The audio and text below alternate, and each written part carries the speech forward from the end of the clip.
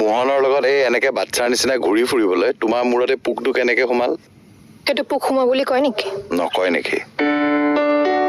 মোহন কি বস্তু গম পাবা, দুদিনমান ঘূৰাচোন, পাগল হৈ যাবা। পাগলী হলে বাৰু মোক কেনেকুৱা লাগিব? গম পাবা ৰবা।